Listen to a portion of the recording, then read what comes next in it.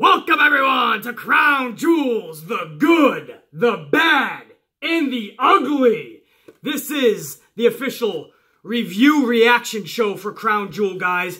And we're going to go over every match, match by match. And we're going to put a red tally into any bracket that it should go into. If a match was good, it goes in the good. If it was bad, it's going into the bad. If it was fucking ugly, it goes into the ugly. And at the very end of this video, we'll tally all the marks up, and we'll see if this event was good, bad, or fucking ugly. There's no reason this event should be ugly, because it's a glorified house show when you think about it.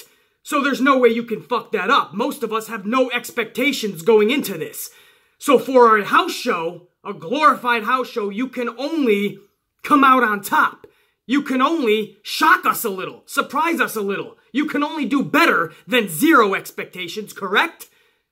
I never put it past WWE though, man. They somehow will even lower the expectations, even lower than zero. We'll see what they did for Crown Jewel though, man. We're going to go match by match, as I said. I first want to say it is really good to be covering Crown Jewel with all you guys, the Amplified unit, and to new subscribers who have never done a good, bad, and ugly review before. This is your first. Welcome. It's good to have you. For all of the platform creators out there, or wrestling journalists, or dirt sheet fucking dipshits, anyone who's boycotting the WWE for this event, put your money where your mouth is. Let's see how far you really, and how long you really boycott WWE. Because I bet you all these dipshits are going to be right back on Monday Night Raw, reviewing SmackDown, reviewing Survivor Series. So what are you really boycotting? One Friday afternoon event to make yourself look like you got some high moral ground, like you got values of fucking steel, that you're better than others because you're not gonna cover it? Fuck that shit. You ain't standing up to shit. You're not gonna cover one Friday afternoon event. You're not fooling anyone. You're gonna be right back on Monday covering WWE. If you were really that disgusted with them holding this event, why would you be right back a few days later covering them? Vince knows he's already got his money for Crown Jewel. He doesn't need you to tune into the network for Crown Jewel. He doesn't need you covering this event. He made his money. You really want to hurt Vince in the WWE? Stop covering his Raw and SmackDown for the foreseeable future. Don't cover Survivor Series. But all of these platform creators, guys, and these wrestling journalists that are blocking and boycotting this event, watch them carefully, because the Amplified man will bet anything that he and she, whatever the fuck, he, she, them, if it's an entity, if it's more than one people on the platform, they will be back for Monday Night Raw and SmackDown. They will be covering Survivor Series. I promise you. So is this really a boycott of WWE? One fucking Friday afternoon event in Saudi Arabia? You're that disgusted with them, but you'll be giving Vince your money right back for Survivor Series, won't you? You'll be covering his product this Monday, won't you? Yeah, you really showed them. You really set your moral high ground. The fuck out of here. Let's get on with the fucking event. We started out with a fucking good right out of the gate. This was the Immortal Hulk Hogan's return, man. Real American being blasted in Saudi Arabia was fucking... That was like a wow experience. We haven't seen this guy in over 3 fucking years. He says he righted his wrongs. He fucking brought his sinking ship back up to the shoreline. He is the Immortal Hulk Hogan we can love again, so we're gonna give him the benefit of the doubt, right? He made the big mistakes. He was in the doghouse for years. He's gonna get another chance, another opportunity. What he does with this, we'll see. But this, obviously, for the Amplified man, this is my childhood. That goes into the good section. So it's not even a match. He's just introduced, says it's good to be back home, good to be there. I don't think he mentioned Saudi Arabia. Maybe he fucking did. Who knows? But Hulk Hogan comes out, man. Pyro galore. More pyro than we've seen in WWE all fucking year. This is more pyro than WrestleMania ever had, and it was for Hulk Hogan alone. So that's definitely going into the good. Then we go into the actual wrestling. The first match of the night was for the Best in the World tournament. This was Rey Mysterio taking on Randy Orton. Rather short match, under 10 minutes, like we thought it was going to be on an 11-match card. And when it was all said and done, it was a shock win roll-up by Rey Mysterio over Randy Orton. So I liked it. Given the time that they had, they kept people interested and invested, I feel. The match ended in the right way. If Rey Mysterio has to beat Randy Orton, the shock win roll-up was the way to go. And usually I'm not a fan of roll-ups, you guys know that. But Rey Mysterio and Randy Orton, these are two guys that pulled that off beautifully. And then right after, literally out of nowhere, an RKO drops Rey Mysterio. I thought that was fucking beautiful, and that began a beatdown, a post-match beatdown of Rey Mysterio by Randy Orton. So this sets up Rey Mysterio later in the night if he cannot continue. I thought this was fucking beautifully done. It was a great sequence of events. No bad to speak of from here. So this is obviously going to go into the good column. Boom! We had 2 segments so far on the show. Hulk Hogan returns. That goes in the good. The first match of the night, Rey Mysterio versus Randy Orton. That goes in the good. Can we keep this momentum going? You're damn right we can. We're going into The Miz versus Jeff Hardy. That's the second match of the night. And that's the second match in this Best in the World tournament. This was another match that was giving less than 10 minutes, yet fast-paced, and they really captivated the crowd. You really heard the oohs and the ahs, the boos and the cheers. So, even for a crowd like Saudi Arabia that might not all unanimously get up on their feet and go fucking hooray together, the crowd was really into this match. You could tell they're really behind Jeff Hardy. And it was really cool. Again, under 10 minutes, they delivered. And the winner of this match, when it was all said and done, was The Miz, via the skull-crushing finale. So this set up later in the night, Rey Mysterio versus The Miz. Nothing bad or ugly to speak about here, so we can only applaud the performance of these two superstars and put that into the good column. Right out of the gates, 1 introduction of Hulk Hogan and 2 matches, and we already have 3 goods up in the good bracket, up in the good column. Can we keep this momentum going? We're going to continue with the 3rd match of the night, and this is going to be another match in the Best in the World tournament. Seth Rollins taking on Bobby Lashley. Alright guys, in this match, this is again Seth Rollins and Bobby Lashley, the 3rd match in the Best in the World, first round of matches for this event.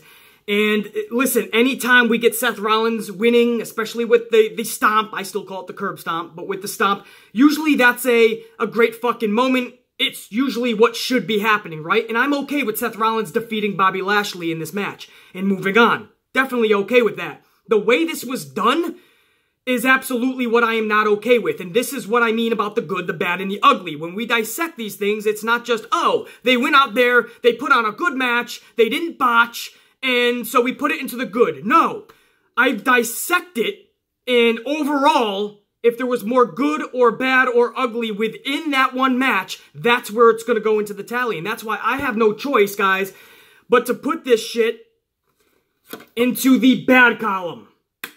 I have no choice. I have 3 reasons why. Again, nothing against Seth. We love Seth. Seth is the fucking man. I believe that Seth can absolutely beat Bobby Lashley. But here's the 3 issues I have. Number 1, this was the 3rd consecutive match in a row that was less than 10 minutes long. The first 2 I'll give you as mulligans. The 3rd one, absolutely not. You have to start getting a little more creative. You can't just say, hey, the first 4 matches, let's put them all under 10 minutes. I'll be the first to admit, I was not invested into this Best in the World tournament. I just don't like tournaments anyway. But that doesn't mean you just throw together 4 straight 8 to 9 minute matches. You know, and to see the third one in a row, and these are matches, guys. Rey Mysterio, Randy Orton, Miz versus Hardy, Seth Rollins versus Bobby Lashley, all 8 or 9 minutes. Come on, man, we could do better than that. So, that's my first issue. 3rd match in a row of under 10 minutes. That cannot happen. Unacceptable. Number 2, you couldn't find a better way to make Bobby Lashley look more relevant even after the loss. I'm not saying the exact type of attack angle like Randy Orton did to Rey Mysterio, but fuck. You gotta make this guy... Didn't they used to call Bobby Lashley the walking Armageddon? Didn't we just give Bobby Lashley a heel turn so he's gonna get this big push? Lio Rush is annoying as fuck. Bobby Lashley looked the best he ever has this past Monday when after the match with Finn Balor, he attacked Balor and beat the shit out of him, and he had Lio Rush smacking the shit out of Finn Balor. So he's really owning this new heel persona So you really want to give him some momentum. And they just had him lose to the Stomp. That's it. So what does this is great for Seth Rollins, but Rollins is holding gold all over the place. He's got the tag strap. He's got the Intercontinental strap. It's not long before he gets the Universal strap again, I assure you of that. What does it do for Bobby Lashley? You have to protect certain people too.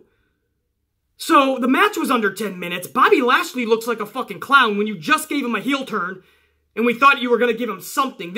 Bobby Lashley's character and gimmick is towing the line. He's this close from being totally irrelevant in WWE. Most people would say he's already irrelevant. But this was his last chance, a heel turn. And he's already just losing on a big event like this with the curb stomp. Again, the fact that it was under 10 minutes. And the third thing is that now this just set up in the semifinals, Seth Rollins versus Dolph Ziggler for the 1,614th time. We've seen Seth and Dolph as many times as the Riot Squad and Sasha and Bayley at this point. So I just don't see a lot of good coming from this, other than, yes, Seth Rollins advances and has a chance to become the best in the world. I get that. And deservingly so, if he was to get the best in the world crown. But still, man, you have to protect superstars too, sometimes in defeat. They did it for Randy. You're telling me Bobby Lashley couldn't have used that? Again, guys, that has no choice for those 3 reasons to go into the bad. So 3 matches into this, in a Hulk Hogan appearance, we have 3 good, 1 bad. We moved on to the 4th match. This was the 4th and final of the first round matches of the night for the Best in the World tournament, and this was Dolph Ziggler versus Kurt Angle. This is another match that went under 10 minutes. And there was a moment in this where we got the Angle slam. It looked like Angle was going to win, but Drew McIntyre jumps onto the apron. Doesn't really interfere. Ziggler still kicks out. So the Angle slam looks like it's meaningless now in WWE. I didn't like to see that. I didn't like to see another match under 10 fucking minutes. And Dolph Ziggler ends up defeating Kurt fucking Angle? And this sets up just Seth Rollins versus Dolph Ziggler again. So for all 3 of those reasons, another bad tally, guys. I have no fucking choice. All props to Dolph Ziggler. But what the fuck did you just do to Kurt Angle's comeback match? And he's losing to Dolph Ziggler in simplistic form and fashion and under 10 fucking minutes? You're telling me Seth Rollins and Kurt Angle wouldn't have been badass? You're telling me if you're going to have Kurt Angle lose 1, 2, 3 in the middle of the ring that you couldn't have just done it to Seth Rollins in the semifinal? Again, save face for some of these losers in the match. I question why they thought Dolph and Seth was the best option to go with in the semifinal. Again, 3 good, 2 bad after 4 matches, guys, and a Hulk Hogan appearance. We're going to move on now to the 5th match of the night. Now that we're done with all the first round matches of the night for the Best in the World tournament, now we move on to the SmackDown Tag Team Championships, and this was the New Day taking on The Bar. So this 5th match, again, for the SmackDown Tag Team straps, The Bar versus the New Day, this has to give us something different. I don't even need exceptional or amazing. I just need something different because we've seen these teams get it on before, plenty of times over on SmackDown. This is just another SmackDown match to me. In fact, I don't even want to see it at SmackDown. But now we're at a special event. So what is going to make this match special? What's going to stand out? We're hoping they have something planned, some, better creativity in booking going into this, but they did not. The match barely went 10 minutes, correct? Just like all the matches beforehand. And when it was said and done, we got the same nonsensical bullshit that we always get with these tag team matches. Nothing special happened, nothing intriguing, nothing entertaining. The Big Show of all people, somebody tell me what the Big Show is even doing with the fucking Bar. Here we are weeks later with this team, this formation of these 3 individuals, and I still can't fathom why the Big Show is with this team. He delivers a punch to Big E in this match, and Big E goes right into a bro kick. Sheamus and Cesaro get the pinfall, and they retain their tag straps. That was the whole match. I can't even tell you anything good in this match because there was nothing. Again, barely 10 minutes, nothing good to speak about, nothing different. The Big Show ends up getting involved. The fucking Big Show gets involved at the end. Is this even a... Why is Vince McMahon so high on these three-man factions lately? Ever since The Shield reunited, you saw Braun Strowman hook up with Drew and Dolph. You saw Big Show hook up with The Bar. You got, of course, The New Day. You know, you got Undisputed Era down there in NXT when they formed their three-man faction. But to me, a faction should be the four-man units, like Evolution, the Four Horsemen. Those are real legit factions to me. When the Nation of Domination started out, man, shit like that I like. But when you go ahead and you are going to do a three-man group, just make it epic then. It's got to be like the NWO. It's got to be like Hulk Hogan, Kevin Nash, Scott Hall, the original NWO. But Big Show in The Bar, I don't know about you guys, it ain't doing shit for me. And Big Show is the reason that The Bar wins this match. That's not enough to put that into the good column for me, guys. For this match to go into the good, it had to be something different than just a SmackDown match. It did not deliver. That goes into the bad column. So now here we are, 5 matches into this son of a bitch in fucking event called Crown Jewel. And we have 3 good and 3 bad. We are all tied up. And one of those goods was because Hulk Hogan finally fucking came back from the abyss. The first 2 goods, I'm giving it to the first 2 matches of the Best in the World tournament. And then the last 3 were all fucking bad, guys. The last 2 matches of the first round of matches for the Best in the World tournament and that tag team strap match. 3 good, 3 bad going into the 6th match. Now the 6th and the 7th match, these are the semifinals of the Best in the World tournament. So we'll start out with the 5th match, and that was Rey Mysterio taking on The Miz. Now the truth in this one, guys, this was a 12-minute match. So at least we went over the 10-minute mark, finally. 12-minute match with these two. Slow match the first 10 minutes. I can speak. The first 10 minutes, this was a slow match. There's no way to get around it. The crowd was really not into it. And how could they be? It was a slow match. And for the Saudi Arabian crowd especially, they're going to be disengaged. Then we had a great sequence of moves leading into a skull-crushing finale. That really got the crowd a little bit more into it. Definitely got the Amplified man more into it. And this match became instantly much better once that sequence happened into the skull-crushing finale, which, by the way, Rey Mysterio kicked out of. So now we're much more intrigued with the match. Mysterio ends up hitting a 619, hits up to the top rope, goes for a big splash. Miz is able to put the double knees into his stomach area, roll him right up into a pin. 1, 2, 3. The Miz defeats Rey Mysterio to head into the finals of the Best in the World tournament. Hey man, that's what they decided to go into. That's what they decided. I think Rey Mysterio, Seth Rollins would have been fucking incredible. I think Rey Mysterio versus Kurt Angle would have been incredible. But, these are all what-ifs. They decided to go with The Miz over Rey Mysterio. If we were judging this match in the first 10 minutes, this would go into the bad, because this was just slow and boring as fuck. But, the last couple of minutes there, they really made it something special. Enough that I'm going to put this into the good, guys. So that just went into the good. That's the 4th tally into the good. And again, the last couple of minutes in this match saved this match. And put that into the good column. Because that was headed for the bad. I was not watching any good wrestling match between these two. Until the final couple minutes. So after 5 matches, we have 4 good and 3 bad.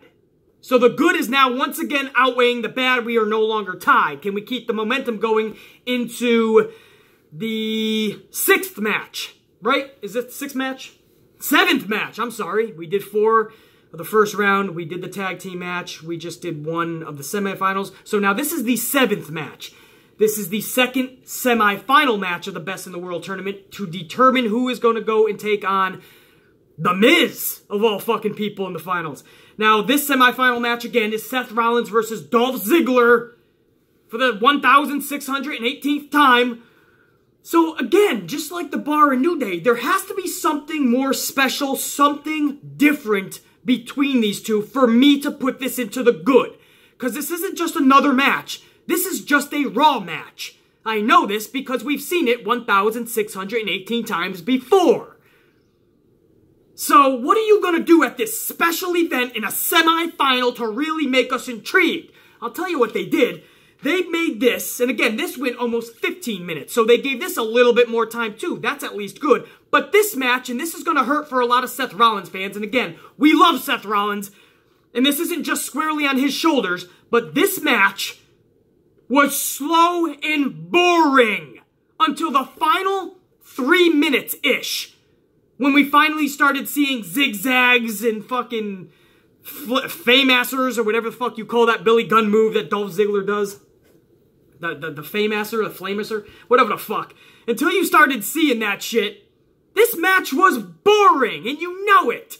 There was a time, guys, and I'm not even just talking for the Saudi Arabian crowd, but that Saudi Arabia crowd, disengaged isn't even the word for it. You look into the crowd during this match, especially the first 11, 12 minutes, there are fans literally on the phone. I've never seen this with the American crowd.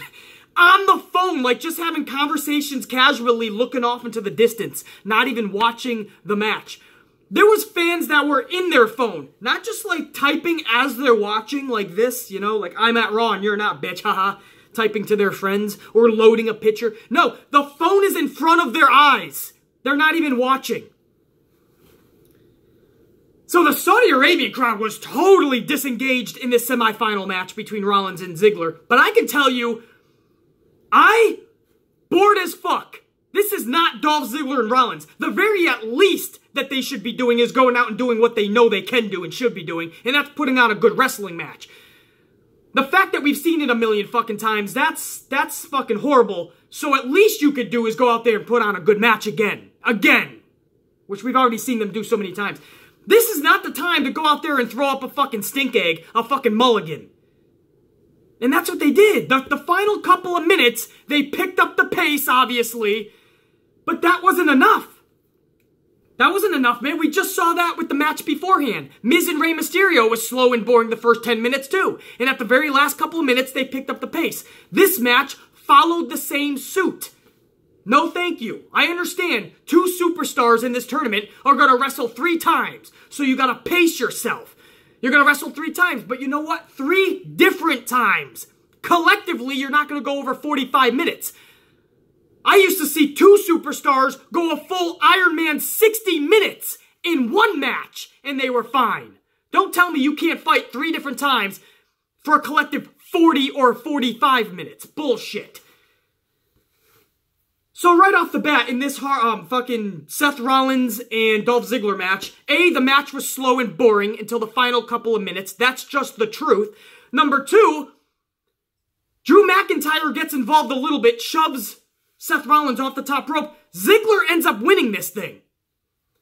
Now, with so many matches that you could have went with in the crowd, especially Saudi Arabia, who really needs a jolt of energy, you couldn't have gone Rey Mysterio, Kurt Angle, Seth Rollins over in the final. What they did is they put heel versus heel.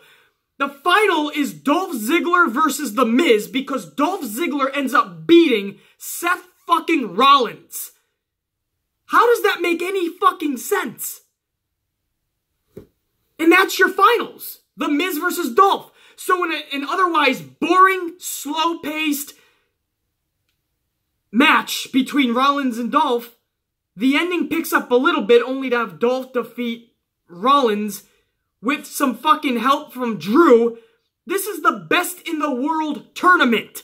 There shouldn't really be the outside interference here.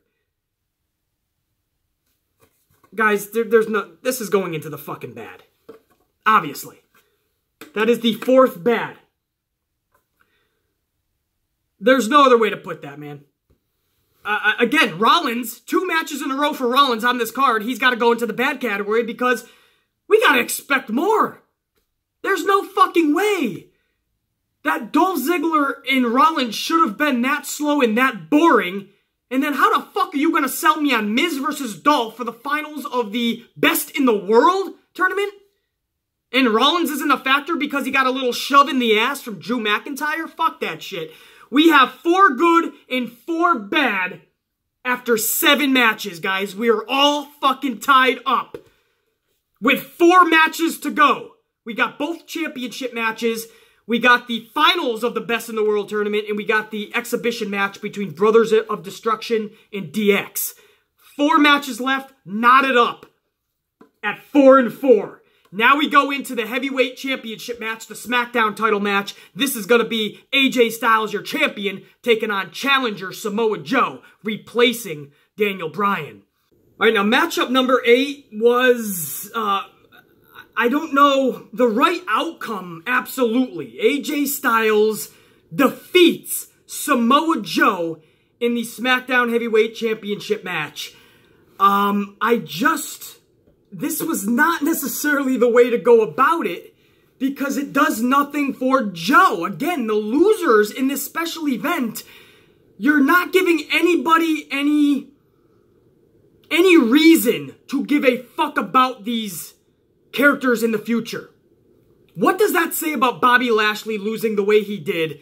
1, 2, 3, this new heel persona, this new Bobby Lashley, and he's already just the same old Bobby Lashley, just losing, nonsensical, nobody gives a shit about him. Samoa Joe just comes back from injury again. He comes back from weeks of being gone. You really want him to be, as much as he's not gonna, or he should not be walking out of Saudi Arabia with that championship, because AJ Styles has held that championship for almost a full year. To have AJ Styles drop that strap on a Friday afternoon in Saudi Arabia, that's not the way AJ Styles deserves to be dropping that title. So Samoa Joe absolutely shouldn't be walking out with the strap, but you need Samoa Joe to at least be a fucking beast at the end of this match. You need people to still give a shit about Samoa Joe. For Samoa Joe, the worst thing in the world that happened to him was Daniel Bryan decided not to go on this event to Saudi Arabia. Because then Samoa Joe would have been brought back in a much better way, probably in a little bit of a winning streak. Instead, Vince McMahon panicked, he threw in Samoa Joe, and Samoa Joe already loses 1, 2, 3, middle of the ring. How the fuck are you going to have that for Samoa Joe? Again, I stand by the decision of having AJ Styles walk out with the strap. No question about it, that would be solely in the good column. All you have to do now is just let AJ Styles and Samoa Joe be AJ Styles and Samoa Joe. Go in there, give them 15 to 20 good minutes at least, and we'll be okay with it. And make us give a fuck about Samoa Joe going forward. They didn't do that. This match barely went 15 minutes, am I correct? They should have at least gone another 10 to 15 more minutes. It's Joe, it's AJ, it's for the championship. I'm giving them 25 to 30 up front. They wasted a post-match attack on a Rey Mysterio-Randy Orton Best in the World tournament match. That should have been saved for someone like Lashley, if you're going to do it in that tournament. That should have been saved for Samoa Joe. But they did it with Randy and Rey, and again, I liked it. It fit with those two. It fits the Randy Orton character for the post-match beatdown. But Bobby Lashley gets nothing. Samoa Joe gets nothing. Shit. AJ Styles with his bags going to his fucking rental car in the parking lot, and Samoa Joe runs that motherfucker over. Storyline-wise, nobody really gets hurt, stuntman. But get creative. When this special event goes off the air, we need to also be talking about how fucking awesome Samoa Joe is. And he just came up short with that championship opportunity. They didn't do that. This was a quick, or it seemed quick. I don't even know if it hit 15 minutes. A quick, subpar, subdued, lackluster championship match. The right man walked out with the championship, but what the fuck did that do for Samoa Joe? Guys, this is going to be a full 5 tally. We just put the mark across the 4. That means it's a full bundle. You never want to see a bundle in the bad category. I don't know how many times I've ever even done that, if I ever have. This might be the first time. But we now have 4 good and 5 fucking bad. That ain't good. Usually these fucking reviews on the good, the bad, and the ugly, we have a little bit more good usually. I don't know know how I can put that in the good, though, man. You can't do that to Samoa Joe. I'll say this for the millionth time. Styles needed to walk out with the strap, definitely. But this is where WWE, as a global company, needs to get creative. You have all of these writers and bookers. What do they do? Sit on their fucking ass with their thumbs up their fucking ass? Literally? They have no hand to write anything creative? Their thumbs are up their fucking ass the entire event, the entire week leading up to the event, the entire month leading up to the event? They couldn't come up with anything more creative than the ending of that match. Bullshit. I'll show you this again, because this doesn't happen often on these good, bad, and uglies, guys. The bad is outweighing the good now. 5-4. And we are going into the last 3 matches. That was match number 8. Match number 9 was the Raw's Universal Championship match. This was Brock Lesnar versus Braun Strowman. We all know what needs to happen in this match. Braun Strowman has to win the championship, but you gotta make Brock at least look like a beast, right? But Brock there's no way, and I'm a Brock Lesnar fan, for those of you new subscribers, but there's no way you can actually give the title back to Brock Lesnar. We've already seen that. He doesn't show up enough. It just doesn't work. So now we really, even though you've destroyed Braun Strowman by this heel turn, face turn, heel turn, we'll build him up. We'll take it back. We'll give him 4 steps. We'll take it back 9 steps. We'll give him an inch. We'll take it back a mile. Braun Strowman was almost ruined. But now he's going to get the championship, and now you're going to try once more to book him into the monster he should be. Right? That's what should happen. Leave it to WWE to fuck that up. I can't make this shit up, guys. This match didn't even go 10 minutes. It's a Universal Championship match. Didn't even go 10 minutes. Don't even know if Brock can go 10 minutes anymore. And Baron Corbin starts this match off by taking the Universal strap and hitting Braun Strowman in the back of the head with it. Followed up with 3 or 4 more F5s from Brock Lesnar. And it is literally Braun Strowman being manhandled by Brock. 1, 2, 3, and new Universal Champion, Brock Lesnar. It wasn't a prediction from Heyman. It ended up being a spoiler. I can't wrap my head around why this would happen. We'll wait and see. We hope they have something planned. Is this just to go to Monday Night Raw and maybe Brock drops it there? And this was just to throw everyone a swerve? Maybe, but until we find out, this review and reaction, the good, the bad, and the ugly, has to stay true to what it is this morning, or today, or tonight. What the fuck is it? It's evening on a Friday. What am I talking about? This good, the bad, and the ugly has to review what we just witnessed. So whatever happens Monday or going forward, that's going forward. Maybe Brock drops it at Survivor Series. But fuck, what I saw tonight was a guy that should be a monster get manhandled. Literally, if there is a burial of a superstar so far in his career, it's been Braun Strowman, because he should be booked so epically, and he is being booked like an absolute clown now. And I ain't gonna contradict myself, I love when they book Brock Lesnar to be a fucking beast, guys. No question. But Braun Strowman? Like that? What the fuck? This is getting shocking. That's a bad, guys. 9 fucking matches into this. We have 6 bad and only 4 good. I don't even know if we can recover from this with 2 matches left. But we're gonna try. We're going into match number 10 now. Now we go into the best in the world final. This is going to be The Miz and Dolph Ziggler to see who the best in the world is. And this is what I mean. This is why I hate these scripted tournaments. This isn't what pro wrestling is based on. Pro wrestling is based on larger than life characters, feuds, storylines that we need to see. Ultimate revenge or the ultimate vendetta ended. The ultimate in payoffs, if you will. That's what pro wrestling's based on.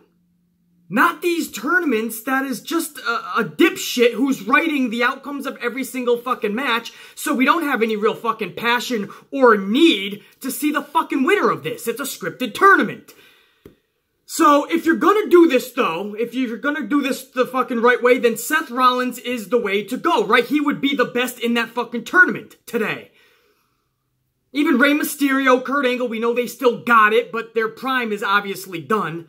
It would be fucking Seth Rollins, or I just don't know if you would have Dolph Ziggler and The Miz in the end of this thing.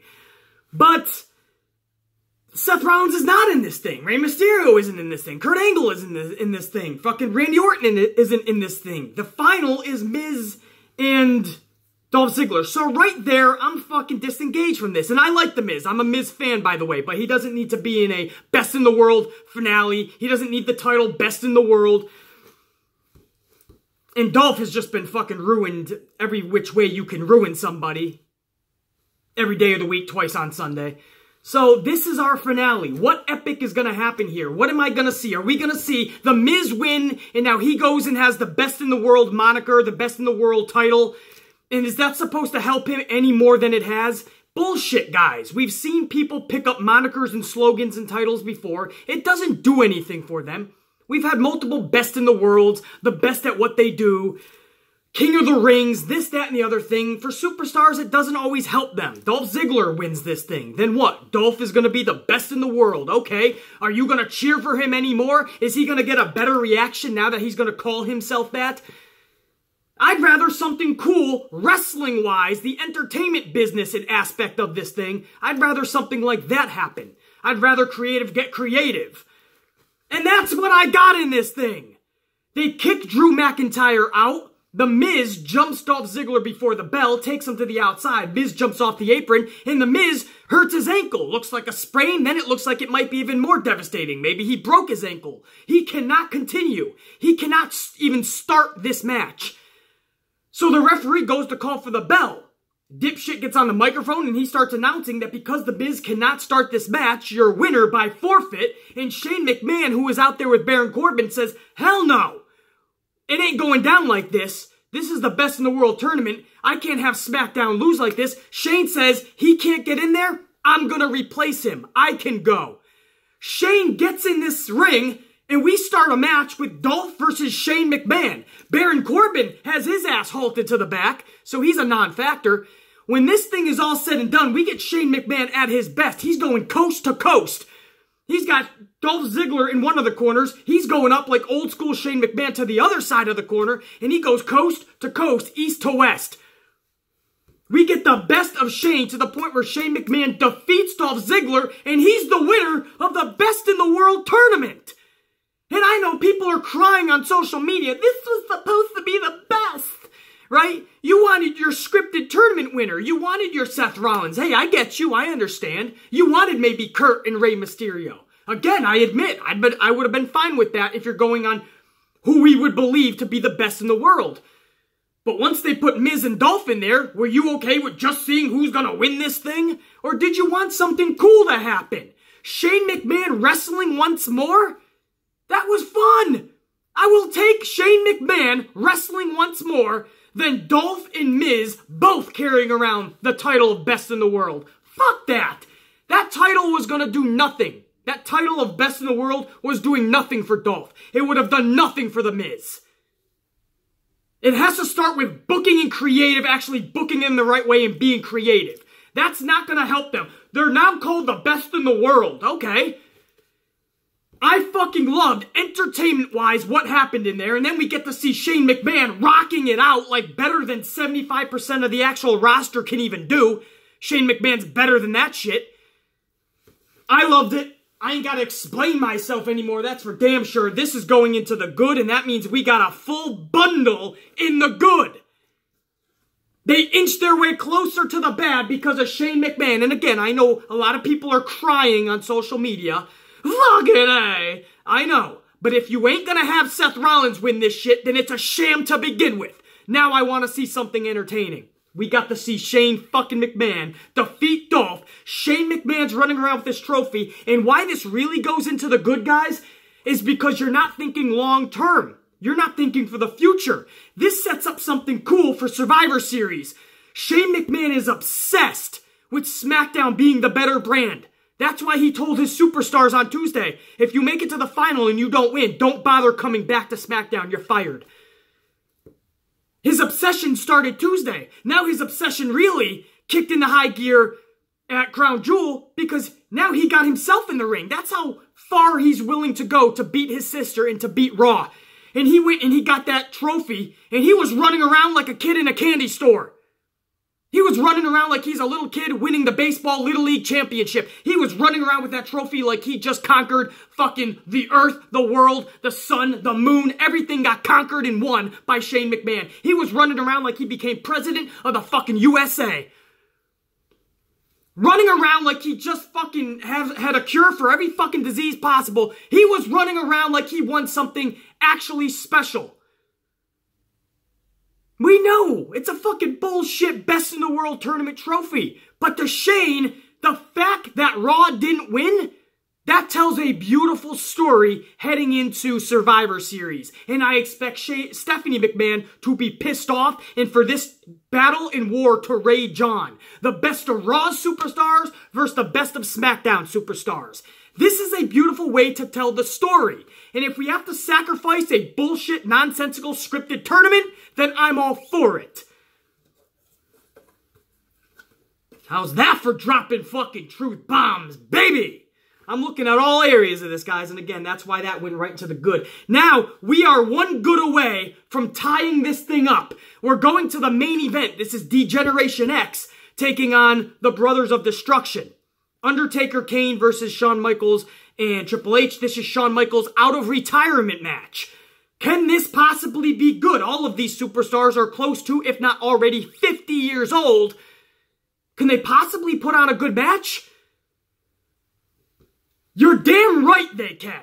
You're damn fucking right they can. And they put on the match of the fucking night easily. Now, this was probably why a lot of these matches were 10 fucking minutes. Or AJ Styles and Samoa Joe was a nonsensical fucking ending to that. Even though AJ should have walked out with the title, we needed more from Joe. It was probably because they didn't want anybody beating this main event. But they could have let Joe and Styles go out there and try to steal the show. I still think that this main event match was going to be the match of the night. These men went out there and they put it all on the line. There was a time in this match where Shawn Michaels was doing a moonsault like Charlotte fucking Flair, top turnbuckle to the outside. Shawn Michaels was in this match, I think, more than Triple H even. How's that for a welcome back match? Hope you're not planning on us taking it easy on you. You're going to be in most of this match.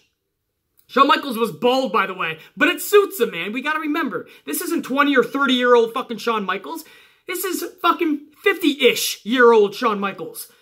You know, and I like that. It's the new look, but he still got the same talent. This motherfucker was going out there being Shawn Michaels. I saw nothing tonight that tells me Shawn cannot take on AJ Styles at Mania 35. Pass the torch over to Styles and let Styles run the next 5 fucking years with that torch. Shawn Michaels was on his A game. Triple H and Undertaker still proving they can go. Kane being Kane. Kane can probably wrestle at 72, the way his style is, and he was fine. Shawn Michaels ends up doing some sweet chin music into a pedigree. DX defeats the Brothers of Destruction in a match that you damn well better bet was good. I almost wanted to give this a great. For those new subscribers new to Good, Bad, and the Ugly, we don't have a great column, obviously, so what we do is we give 2 goods. But I didn't see anything over-the-top great in this. You know, the shenanigans were kept at a minimum. It was a tornado tag match for the most part, right? All 4 participants all over each other at all times, and that's what helped make this match good.